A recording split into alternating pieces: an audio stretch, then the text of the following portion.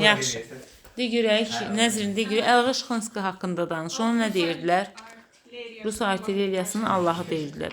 Sonra onun taktikası var idi. Hərbi dərsliklərə salınmışdı. Şıxınski üç bucağı adlanırdı. Yaxşı. Başqa bir də Petrogradın nəyi ona tapşırılmışdı? Toplarla müdafiəsi ona tapşırılmışdı. Sonra İbrahim Ağa Vəkilov, Mirzə Kazım bəy. İbrahim Ağa Vəkilovun adını bir də başqa yerdə də biz görmüşdük. Harada görmüşdük? Hansısa partiyada. Qeyrət deyildi. Qeyrətdə Ələkbər və Rəfibəyovdur. Difaidə deyil. Müdafiədə idi. Müdafiədə Vəkilov, bir də Ziyadxanov. Elə müdafiə niyə də saxlamışdılar? Vəkil. İttifaqda kim idi bəs? Şərifzadə, Vinski, Məlikov idi. Yaxşı, ilk hərbi təyyarəçi kim idi? Azərbaycan. Fərux Ağaqaybov. Təyyarəsi İlya Murametskdir. Harada vuruşarkən o vəfat etmişdi, bilmişdi. Bir də ona verilmişdi brilyantla bəzədilmiş Georgi ordeni, yoxsa Müqəddəs Georgi ordeni? Müqəddəs Georgi. Hə, buyur görək. Bu adı çəkilənlər indi SSR Alman. SSR yoxdur, çarizmdir. Hətta yəni çarizm tərəfdən vuruşurlardı Almanlar. Hə, çarizm tərəfdən vuruşur. Qərb ölkələri, çarizm, bu ölkələr. Amma elə əsgər olub ki, məsələn, çarizm tərəfdən keçsin Alman tərəfə. Yəni çarizmə qarşı var idi, hə. Orada Fətəli Bəyli Düdənginski var idi. O gedib Almaniyada mühacir hökumət yaratmışdı və Almanların tərəfində idi. Çarizm nəsə Alman qarşı. Allah bilir. Aha, yəni onlar tərəfindən vuruşan var idi. Və 2-ci Dünya müharibəsində Çeçenlər, İnquşlar, Kalmıklar onları sürgün edirlər ki, siz Almanlara məlumat ötürmüsünüz. Yəni Rusiyada yaşayıb, amma digər tərəfə belə kimi keçirdilər azdan Almanlar işləyənlər var idi. 1818-də. Yaxşı, indi İlahə sən də görək. Müharibə Şimali Azərbaycanın iqtisadiyyatına necə təsir etmişdi? Bütün Gədəbəy misəritmə zavodu, neft zavodları hamısı nəyə işləyirdi? Müharibəyə işləyirdi də. Toxuculuq, Tağıyevin fabrikləri, zavodları hamısı oraya işləyirdi. Amma belə bir vaxtda qadınların qiyamı olur. O neçənci ildədir? 16 Bakıda olmuşdu elə. Qiyamın səbəbi nə idi? Qiyamın səbəbi. Məhsulların üstün şəkildə bulaşması. Bəli, mühtəkkilliyə qarşı idi. Ərzaq mühtəkkilliyi. Bax, o Tekanın sualındaydı, o var idi ki, taxıl mühtəkkilliyinə qarşı da bir dənə üsyan vardı. Hansı üsyan idi? Zeynəb Paşa, 1898-də elə.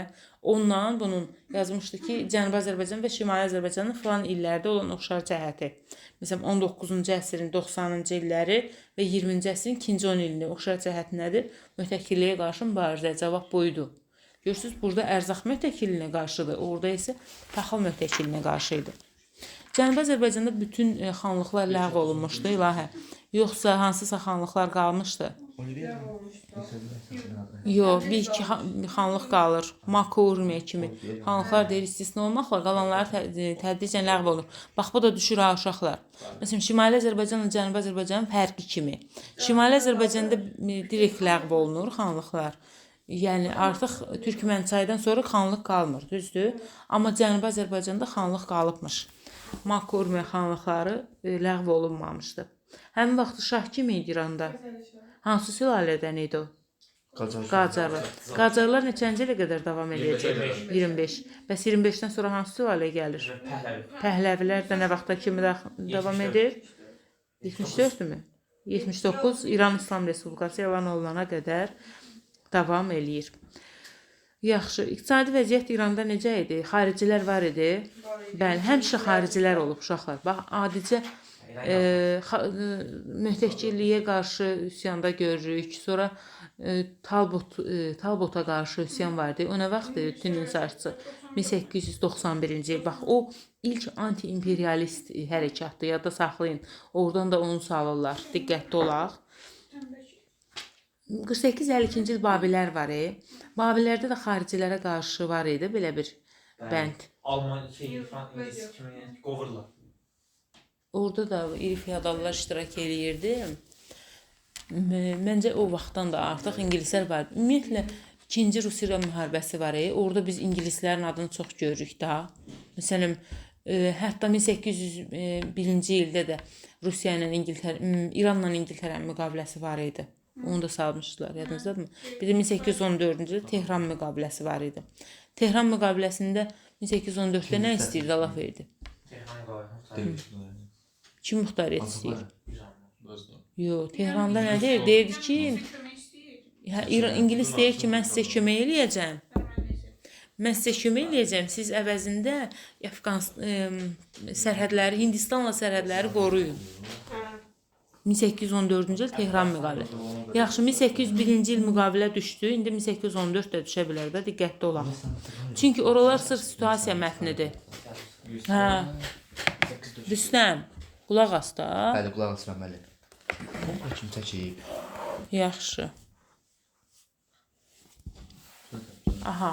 Mən çəkməmişəm onu. İndi İlahə sən denən görək. Xalisə torpaqlarının ləğvi haqqında şah qərarı nə vaxtdır? 1886. Mülk və ərbabı kimə məxsus idi Cənubi Azərbaycanda? Aha, yerli feodallara. Yardar kimdir bəs? Yardar. Yardar. Torpaqsız. Bax, bunlar düşür uşaqlar. Xalisənin satışa çıxarılması çox düşən şeydir. Diqqətli olun. 1886-da. Yardar torpaqsızdır. Xırda malik, xırda torpaqları olanlardır.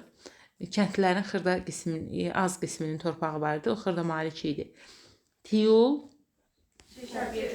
hərbi xidmət müqabilində verilirdi. Vəqif dini idarələrə verilirdi.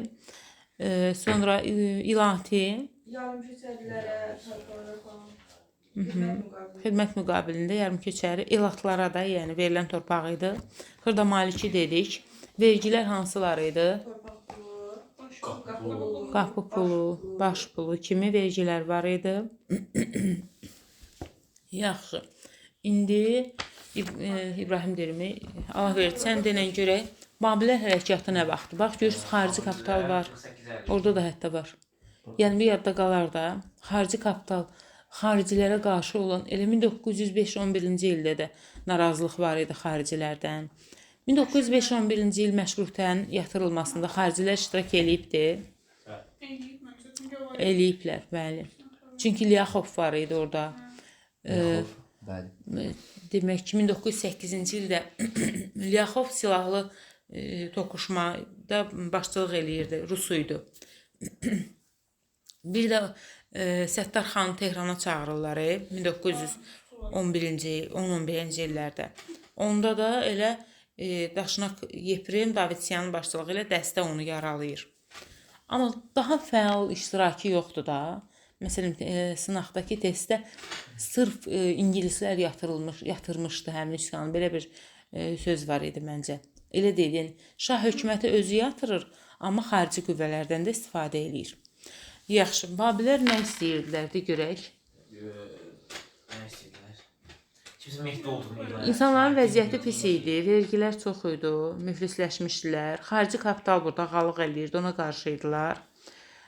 Feodal qaydaları hələ də hökmran idi, ona qarşı idilər. Kim başçılıq eləyirdi hərəkata?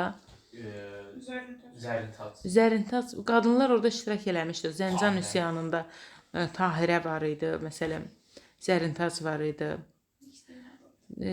Demək, amma Seyid Əli Məhəmməd başçılıq eləyirdi. O özünü bab adlandırmışdı. Yəni Allah insanlar arasında nə? Qapı. Bəli, qeyb olmuş imam adlandırırdı özünü. Amma nəticəsi necə oldu? O da babla başlayırdı, ona görə soruşuram. Babil Əvvab. Babil Əvvab. Qapılar qapısı. Elə.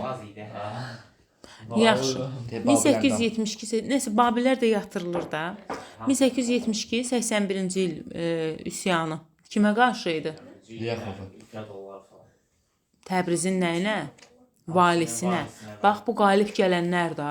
Babilər uduzur, məşrutə də uduzacaq. Amma ortada 3 dənə qalib gələn var. 72-81, 9 il davam eləyir də. İlahi qulaq as. Bu üsyanlar hamısı İrana qarşıdır. Cənubi Azərbaycandadır. Yəni, Hə də, Şah müstəqillik. hökuməti. Cənubi Azərbaycan İrandadır da. Dolayısıyla İran. Azərbaycanın İranlara qarşı bu üsyanları Hə, qaldırılır ki, məsələn, müstəqil olaq.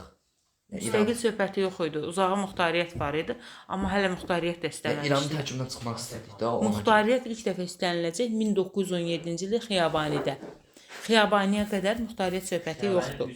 Məsələn, Alfred qulaq as. Məsələn, 1905-11-ci ildə məşrutə inqilabı idi. Məşrutə nə deməkdir? Konstitusiya. Orada sırf konstitusiya idi. Xaricilərin ağalığının olmaması idi. İranın demokratik olması idi. Parlamentin çağırılmağını istəyirdilər. Hələ ki muxtariyyət söhbəti yoxdur. Muxtariyyət söhbəti olacaq 1917-ci ildə Xiyabaninin hərəkatından sonra.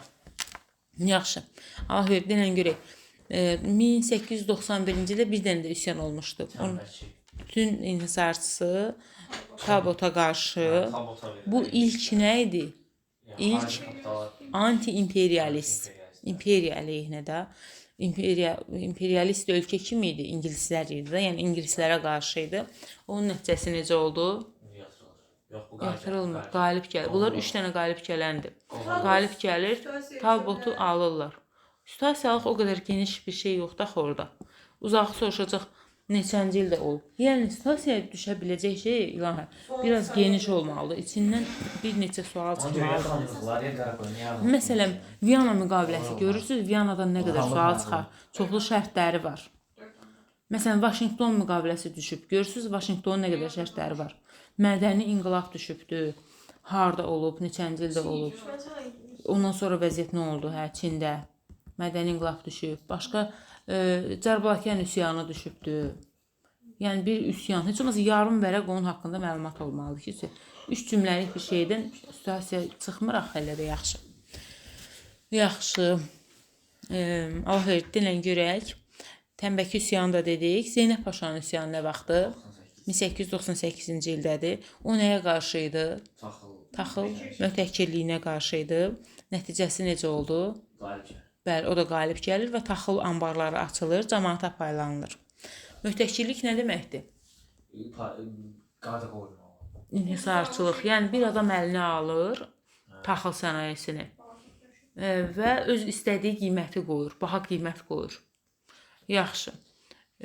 Bu da cəmaata sərf eləmir də. Cəmaat istəyirdi ki, bir neçə insanın əlində olsun taxıl alış-verişi və normal qiymətə alsınlar. Yaxşı. Ömər, sən denən görək, məşrutə hərəkatı neçənci ildə başladı? 5. Belçikaya nə vaxt geniş hüquqlar verən müqavilə imzalanır? 1900. Onsuz da ingilislər burada ağalıq edirdi. Əlavə olaraq 1903-cü ildən sonra Belçikaya da üstünlük verilir. Ona görə də cəmaat narazılıq edir və beləliklə üsyan başlayacaq və üsyanın əsas mərkəz şəhərlərindən biri də həmişə Təbrizdir. Bax, üçlü situasiyada var idi. Üçlü Venn diaqramında var idi. Mərkəz şəhər Təbrizdir həmişə. Bütün üsyanlarda. Məşrutə inqilabı. Məşrutə nə deməkdir? Konstitusiyadır. İnqilab, yəni onlar konstitusiyanın qəbul olmağını istəyirlər. Muxtariyyət hələ yoxdur. Muxtariyyət 1917-də istəniləcək. Baxın, yadda saxlayın, mütləq və mütləq Cənubi Azərbaycandan sual olur. O Cənubi Azərbaycandan məsələn nə sual olacaq? Bunu tapmaq rahatdır da. Çünki ya Xiyabanidən olacaq, ya Məşrutə Babilər filan bunlardan olacaq, ya Pişəvəridən olacaq, ya da 1978-79-cu il İran inqilabından. Bunlardan 4-5-indən olacaq. Ona görə hamısını öyrənsəz, hamısını mükəmməl bilsəz, gedib yazacaqsınız da. Məsələn, dil, aqrar, əmək haqqında qanun hansındadır? 46. Düz yazmışdım necə üçlü Venn diaqramını. Çox pis. Orada ortanı düz götürdün, çıxır da. 18. Aha. Yaxşı. Nəsə var? Ümumi yoxsa nə? Ümumi 300. Nesi bu? Hadi bu başına. Abla neyse bağlı. Sen düz yazdın. Nə? Tamam. Ben 20 21. Allah, evet, sana var ama. Aparılan səhvlər mənlik deyil. Abla neyse bağlı. Yaxşı. Ey, sakit. Bəli. Ömər, qulaq as dərsə. Yaxşı. De görək. Məşrutə bu inqilab nə vaxtdan silahlı üsyana çevrildi? Bir də həmin vaxtı İranın başında kim dururdu? Müzəffərəddin, bir də Məhəmməd Əli. Qacarlar sülaləsindən olan Müzəffərəddin Şah, bir də Məhəmməd Əli Şah. Birinci Müzəffərəddin idi, yoxsa Məhəmməd Əli? Müzəffərəddin. Müzəffərəddin 1906-cı ildə nə qəbul eləyir? konstitusiyanı qəbul eləyir. Yəni Müzəffərəddin biraz yaxşı idi da. Amma o qoca idi, o ölür. O öləndən sonra oğlu Məhəmmədəli nə edir? Hakimiyyətə gəlir. Konstitusiyanı Ləğv edir. ləğv eləyir. Bəli. O hakimiyyətə gəlir, konstitusiyanı ləğv edir. Bundan sonra artıq hərəkət yenidən başlayır. Baxın, əncümənlər də çox yerdə işlənir. Ha, əncümənlər 15, hamısında 17, var. bir də 11. İlk dəfə əncümən burdadır, amma hamısında var. Əməlim. Bax, hansısa qəbul testində gördük ki, yazmışdı ilk dəfə əncümənlərin təşkili 1917-də. Amma o səhvdir. Çünki ilk dəfə əncümənlər burdadır, digərlərində var. Əncümən bilsə nədir? Yerli idarə etmə orqanları. Bələdiyyə kimi bir şeydir, amma inqilab dövründə yaradılır. Aha, əncümənlərdir. Məhəmmədəli Şah nə edir? Konstitusiyanı ləğv edir. 1908-ci ildə konstitusiyanın ləğvi yenidən hərəkətlənməyə səbəb olacaq və kim tərəfindən yatırılır həmin üsyan? Səttarxan. Yox. Kim Rus Lyaxov deməli silahdan istifadə edir üsyançılara qarşı 1908-in iyununda. Bəs artıq bu silahlı üsyandan sonra kimlərin adı çəkilir? Üsyan başçılarının adı nə idi? Səttarxan, Bağırxan. Səttarxana nə deyirdilər? Sərdari Milli, Bağırxana isə Salari Milli deyirdilər. Bir də üsyana başçılıq etmək üçün nə yaradılmışdı? Hərbi şura. Hərbi şura sözünü başqa harda görürük? Quba üsyanda, Gəncə üsyanında, Carbalakyan üsyanında hərbi şura idi. Yox, müvəqqəti idarə idi orada. Hə. O mən dediyim uşağın müəllimə Azər Sımadov onlara belə konspekt atıb. Aha. Bunu atım qrupa uşaqlar da oxusun. İllərdir bu hadisələrin illəridir. Aha, yaxşı atarsan. İndi görək ki, ay bala. Hansı Şimali Azərbaycanlılar kimlər dəstəkləyirdi? Üsyançıları. Azərbaycanlılar Hacı Zəynəb Tağıyev. Tağıyev, bəli. Yaxşı keçir. Və Molla Nəsrəddin jurnalında adı çəkilmişdi. Neçənci ildə onu danışığa çağırdılar Tehrana? 9-da. 1910-da, 11-də isə üsyan nə oldu? Yatırıldı. Üsyanın yatırılmasında xaricilər iştirak etmişdi. Çünki Yeprem Davidsyanın dəstəsi Tehranda onun üzərinə hücum etmiş və Səttarxanı nə etmişdi? Ağır yaralamış və bir neçə il xəstə yatdıqdan sonra orada da vəfat edir o. Beləliklə 1905-11-ci il inqilabının nəticəsi nə olur? İnqilab yatırılır. Yaxşı, indi Rüstəm sən denən görək. Cənubi Azərbaycanda Alman kapitalına məxsus xalçaq şirkəti açılıb. Bu da düşüb uşaqlar, xronologiyada görmüşəm qəbula. Neçənci ildədir? 1912-də. 12, hə. 12-də idi. Daha sonra da görək ki, Cənubi Azərbaycan 1-ci Dünya müharibəsində nə rol oynamışdı xaricilər üçün? Neçə işlə oynamışdı? Yəni ki, orada öz dəstələrini yerləşdirirdilər də, müharibə meydanı olmuşdu. Onlar üçün əslində İran fəal hərbi əməliyyatlarda iştirak etmir, amma onun ərazisi müharibə meydanı kimi istifadə olunur. Məsələn, Sarıqamış döyüşündən sonra hansı qüvvələr öz qoşunlarını yeridir ora? Ruslar edirdi. Ruslar. Çünki Sarıqamışda Ruslar qalib gəlirlər.